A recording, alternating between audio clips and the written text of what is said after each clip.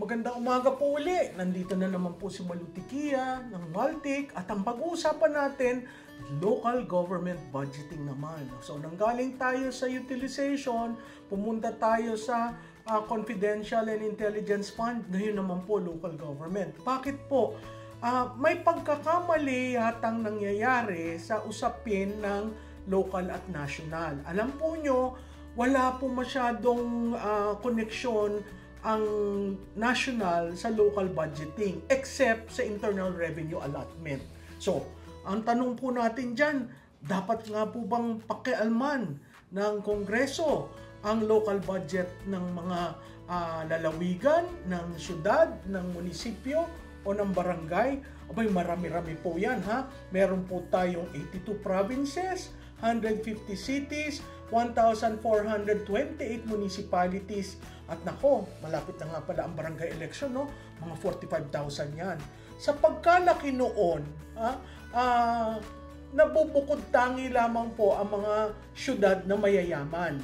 Nakita natin ang Quezon City, parati po yung number 1. Sa size na lang po at sa mga investment, ang mga negosyante na gusto sa Quezon City mag-reside, no? Isa po dyan sa top 20 ay ang Davao City. Ang bukod tangi lamang sa isla ng Mindanao. So kung titingnan po natin, mas marami po ang Luzon, 57% ang botante ay nasa Luzon, at ang sa Mindanao lamang po ay nasa 26%. Okay?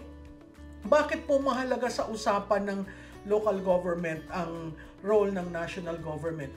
Kasi po, ang ating national budget, kung titingnan nyo yon, mga 1,900 pages yan. Pag titingnan nyo, may divided yan sa national, executive, legislative, judiciary, at GOCC o government-owned and controlled corporations, at meron pong chapter ang tinatawag na local government units.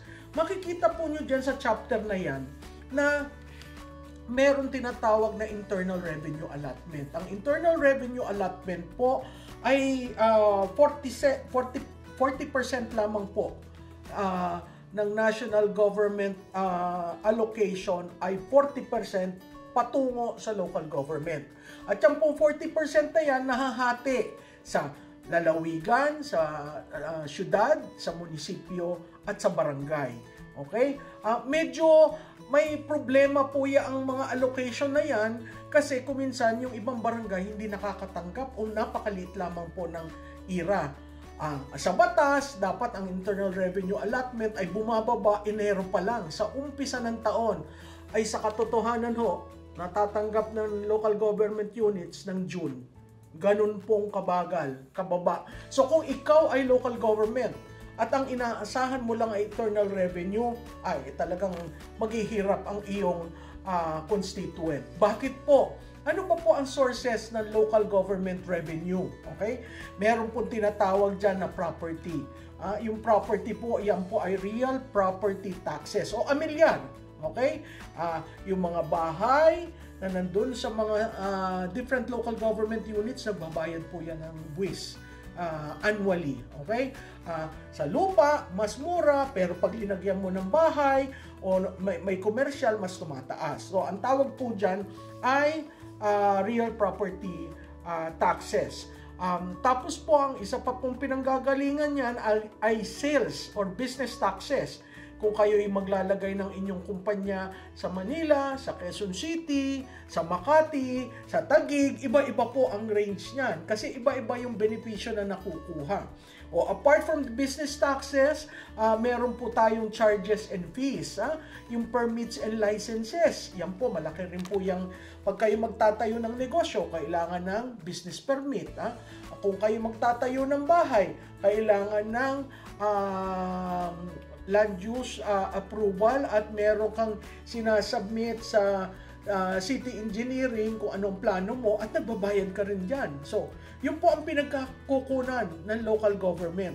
So, kung titingnan nyo, kung 100% ang budget ng local government, 60% nakukuha sa lokal.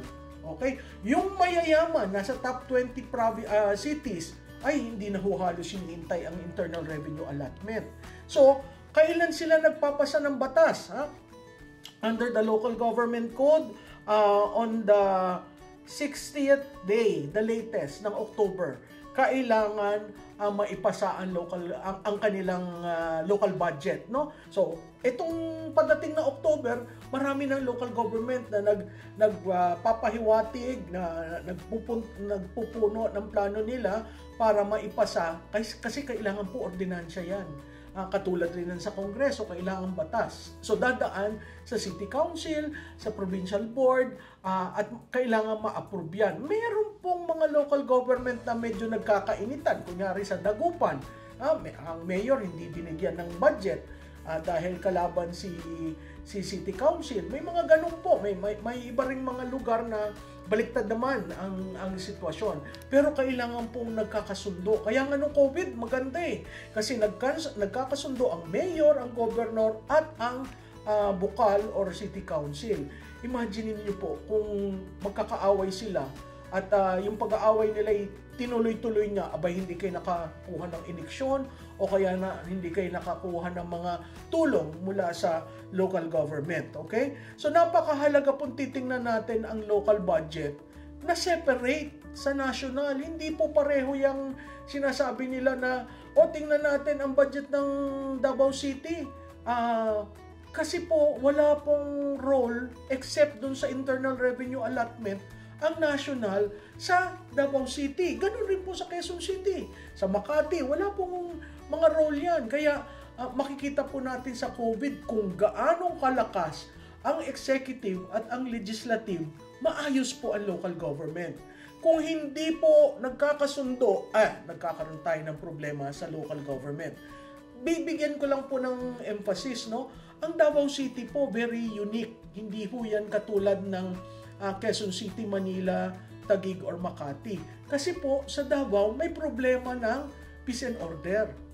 May problema ng drugs, may problema ng terorismo. Kaya po, yung paggamit nila ng budget nila, naaayon dun sa ano ba ang nangyayari at the ground level. Iba po yung, madali po kasi yung mga armchair critics na nagsasabi, masyado ang ginamit nyo, lahat ginastos nyo para sa intelligence. Yung po igagastusin nyo kung kayo'y, kunyari sa Cotabato City, kung titingnan nyo po ang budget doon, malaki rin po ang naibibigay sa confidential and intelligence fund. So, pag tiningnan po natin ngayon ang local budgeting at national budgeting, pareho rin po yon. May budget preparation, okay? May budget authorization, may budget execution, at may accountability. Yung pong apat na yun, ganun rin po sa local. Yun nga lang, merong locally sourced or locally produced allocation pag tiningnan mo sa local budgeting, no? Ang napaka-importante po doon, tingnan nyo ang Section 129, Chapter 1, Book 2 ng Local Government Code. Doon po makikita nyo lahat kung ano ang nakasulat dyan. At doon po makikita ninyo ano ba ang allocation ng Internal Revenue Allotment. Medyo tumaas na po ngayon dahil sa Mandanas ruling. Pero yung po kukolektahin pa. Dahil nga tayo nasa centralized, too much centralization sa Manila, local government naghihintay, nasa na yung Mandanas ruling. Ang sinabi ng previous administration, gumawa kayo ng decentralization plan. Ginawa na, sinabit na, hindi pa ho bumababa ang Mandanas ruling. At nag-iba na ang formula. So, kung titingnan niyo yung Supreme Court decision, napakaiba na po ngayon ng hitsura ng Mandanas ruling. Ano pong ibig sabihin yan? Yung pagiging centralized natin, as a body politic, napakahirap po nun kasi lahat ng desisyon nanggagaling sa Manila. Hindi makapag-desisyon yung sa baba. Kung ang pondo nasa taas, hirap rin po ang nasa baba. Kaya po tayo, parati nating sinususugan yung devolution at sana mapag-usapan yung federalismo, no? Kasi dun sa federalismo, uunlad ang ating mga lalawigan. Hindi na dependent sa national government. At yun po yung napakahalaga kasi 82 provinces tayo. Pwede lahat yan. Kung talagang ibababa mo yung enerhiya ng pondo at ng pagpaplano, pwede po siya isang matatag na probinsya. So, tandaan po ninyo, ang local government budgeting is very different dahil sa pinanggagalingan ng sources of revenue. Muli po, si Malu Tikian ng Maltic.